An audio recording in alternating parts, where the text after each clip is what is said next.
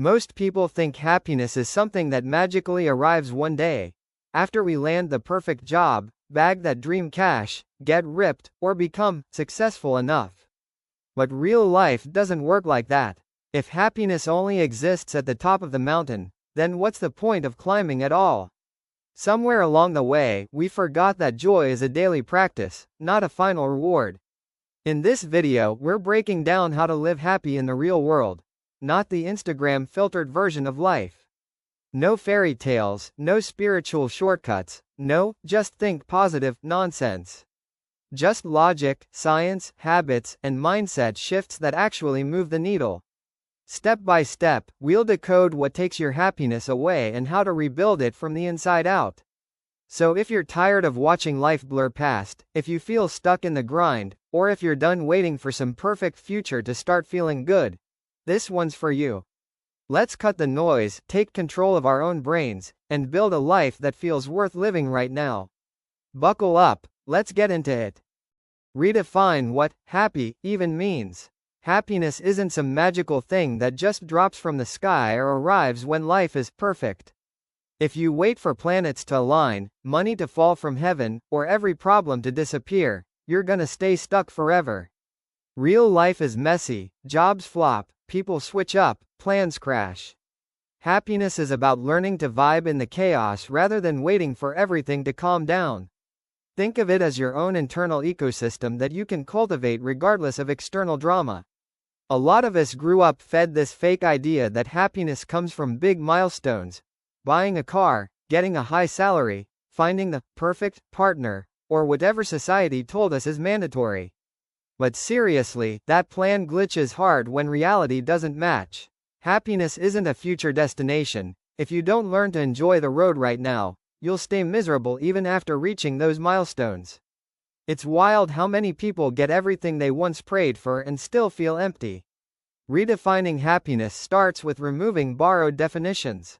What makes you happy might look totally different from your friends or family. Some people want to travel the world, some want to grind on their goals quietly, some want to chill with books, and some want to gym hard. You don't owe anyone the standard success narrative. When you stop performing for society and start designing life around your own interests, you gain a ridiculous amount of peace. Lastly, when you define happiness based on your personal growth, not external approval, it becomes way more stable. Your happiness isn't controlled by likes, validation, or some imaginary scoreboard. You stop being threatened by comparison, jealousy, or who is ahead. Happiness turns into an inner direction system, not a scoreboard. And once you take ownership of that definition, you officially stop being controlled by the world and start being controlled by you. Stop comparing your life to others. Nothing kills happiness faster than scrolling through someone else's highlight reel and feeling like your own life is a low-budget version. Social media makes it look like everyone is winning except you: flawless skin, luxury trips, zero stress, perfect relationships, and careers that somehow skyrocketed overnight. But FRFR, that stuff is edited harder than a Marvel movie. Nobody uploads panic attacks, failures, or how many times they cried before bed. Comparison traps your brain into chasing someone else's script instead of writing your own. When you compare, you don't just admire others. You start believing you're behind, inadequate, or unlucky. But everyone's journey is coded differently. Someone might get success at 18, someone at 30, and someone at 50. The timeline isn't a flex, the growth is. Plants bloom in different seasons, humans do too. Another key reality check: the people you envy have their own chaos going on backstage. That perfect couple might be fighting every night. That rich dude might be drowning in debt. That influencer with thousands of followers might feel lonelier than you ever have. The truth behind everyone's life is hidden. So judging yours based on appearances is literally a losing game. When you stop comparing, something magical happens. You gain tunnel vision for your own journey. Your energy stops leaking into jealousy and goes straight into creating your own wins. You start celebrating small growth, and happiness becomes sustainable instead of something that depends on keeping up with strangers online. The only person you need to outgrow is who you were yesterday. That's the real leaderboard. Build tiny habits that don't burn you out. Most people think happiness requires massive lifestyle changes, like waking up at 4 a.m., hitting the gym daily, reading 50 books a year, or building a business overnight. But that's how most people crash and burn. Humans aren't machines. We can't install a whole new routine in one day. Tiny habits feel boring in the moment, but they're secretly the most powerful upgrade system in your life.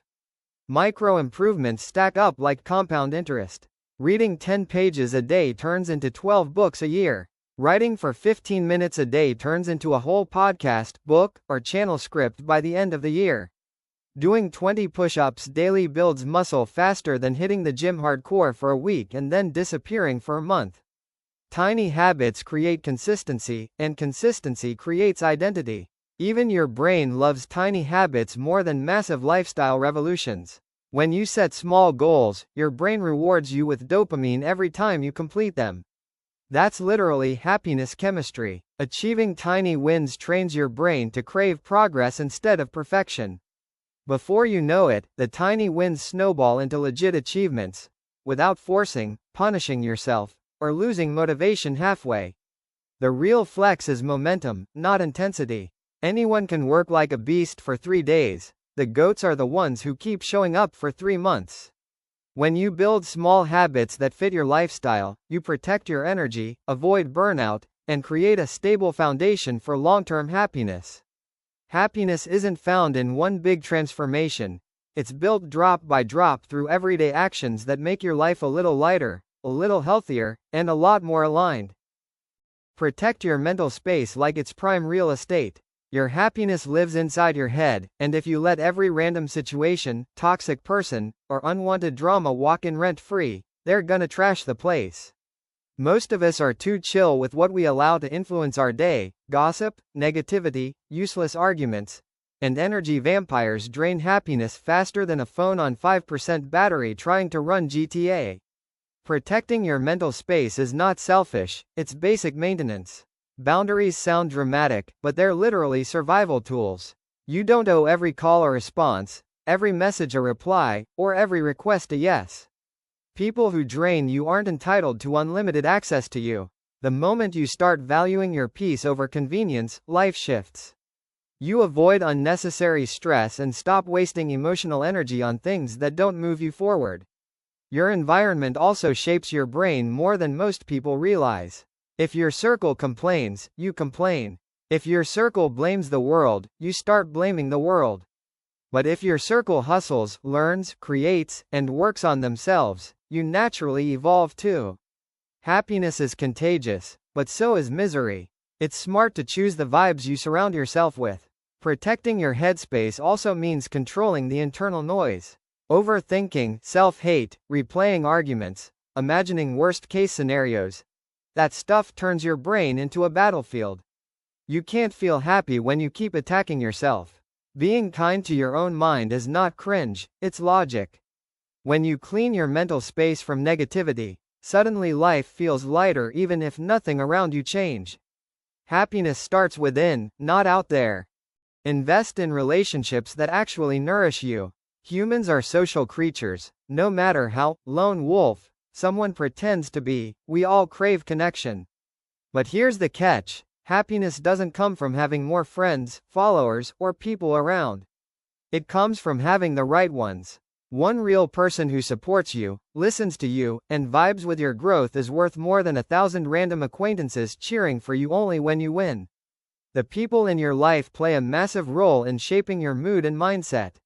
When you surround yourself with friends who uplift you, challenge you to grow, and genuinely care about your well-being, life becomes easier and way more enjoyable. You laugh more, stress less, and feel understood instead of judged. Your relationships become a source of energy instead of a drain on your battery. But we also gotta talk about letting go, and yeah, it's brutal but necessary. Some relationships expire, people grow apart, values shift, and forcing connections with those who don't respect you, don't check in on you, or don't align with your energy is a guaranteed happiness killer.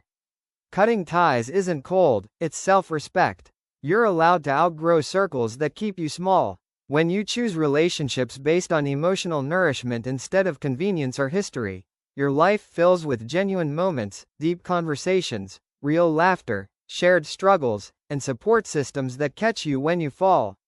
Happiness becomes something you build together, not something you have to chase alone. Because at the end of the day, joy shared is joy multiplied. Focus on what you can control and drop the rest. A huge chunk of unhappiness comes from stressing over things we literally cannot influence. Like what people think of us, how fast success arrives, or whether life is fair. Reality check. The universe doesn't care about our expectations. Wasting energy on uncontrollable stuff is like trying to solve a math problem by crying. Lots of emotion, zero output. When you shift your brain into the control zone, life becomes way simpler and way lighter. You can't control outcomes, but you can control your effort. You can't control the economy, but you can learn skills. You can't control how someone treats you, but you can decide whether they get access to your life. That mental switch turns you from a passive victim into an active player. Focusing on controllables also destroys stress at its core. Most anxiety comes from imagining scenarios that haven't even happened. But when you ask yourself, can I influence this? And the answer is no, you get permission to let go, guilt-free.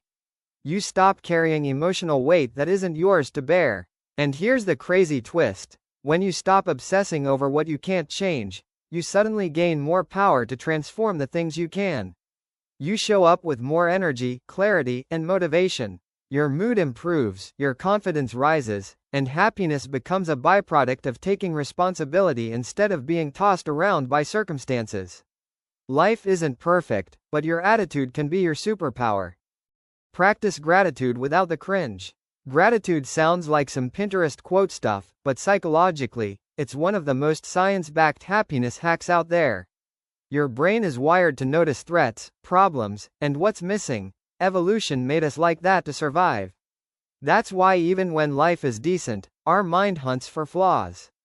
Practicing gratitude rewires your focus to what's actually working instead of what's broken. And no, gratitude doesn't mean pretending everything is perfect or ignoring real issues. It means acknowledging that alongside the bad, there are good things too: stability, people who care, opportunities to grow, your health, or even just the fact that you're alive with another shot at life today. Happiness isn't what you get, it's what you notice. The wild thing is that your brain adapts fast. We normalize blessings so quickly that they stop feeling special. The job we once prayed for becomes meh. The roof over our head gets taken for granted. The meals on our table feel routine. Gratitude is like updating your system to appreciate the basics again. Once you do that, suddenly life feels richer without anything externally changing. Being grateful also keeps you grounded and immune to comparison. When you recognize the value in what you already have, you stop obsessing over what others got. You stabilize mentally, stress less, and tap into a calmer outlook. Gratitude doesn't make problems disappear, but it makes them easier to handle because your brain isn't drowning in negativity. When you get good at appreciating the small stuff, life starts feeling like a win way more often. Move your body, fix your mood. This one's so underrated it's crazy. You'd think happiness comes from deep thinking, money, career, or philosophy. But low-key, your body chemistry is the biggest lever you control. When you move your body, your brain literally drops happy chemicals: dopamine, serotonin, endorphins, the stuff people try to get from junk food or alcohol. Except this version is free and doesn't destroy your health. And moving your body doesn't mean you gotta become a gym bro or marathon runner. Walks hit different, especially at night or early morning. Stretching for 10 minutes resets your nervous system. Playing a sport, dancing in your room, cycling, yoga, push-ups, whatever gets blood flowing counts. The goal is motion, not perfection. Your body's built to move, and when you don't, your brain starts glitching emotionally. What people never tell you is that physical motion unlocks mental clarity. If your mind feels foggy, anxious, or stuck, your body can snap you out of it faster than motivation or overthinking. That's why some of your biggest realizations happen during walks, workouts, or random physical activity. Movement shakes your brain out of negative loops and forces it to come back to the present moment. Over time, the link becomes obvious. The days you move, you feel more alive, more confident, more mentally stable. The days you sit still for hours doomscrolling, your mood tanks. Happiness isn't just in your head, it's stored in your muscles, your lungs, your heartbeat. Treat your body like your ally, not an afterthought. You'll be shocked how fast your emotional world upgrades when your physical world does. Do stuff that lights you up, not just stuff you have to. Life hits different when you're not just surviving, but actually living. Most of us run on autopilot: school, work, chores, sleep, repeat, until every day blurs into one big loading screen. Happiness drops hard when your life is all obligation and zero passion. You need something that sparks energy, curiosity, or creativity, even if it's small, weird, or doesn't make money. Hobbies and passions refill your emotional battery in ways scrolling, binge watching, or doom wandering never can. Whether it's reading, music, gaming, cooking, drawing, traveling, building something, coding experiments, editing reels, anything that makes you forget time exists as a happiness goldmine. Passion gives your brain a break from stress and reminds you life has color, fun, and depth.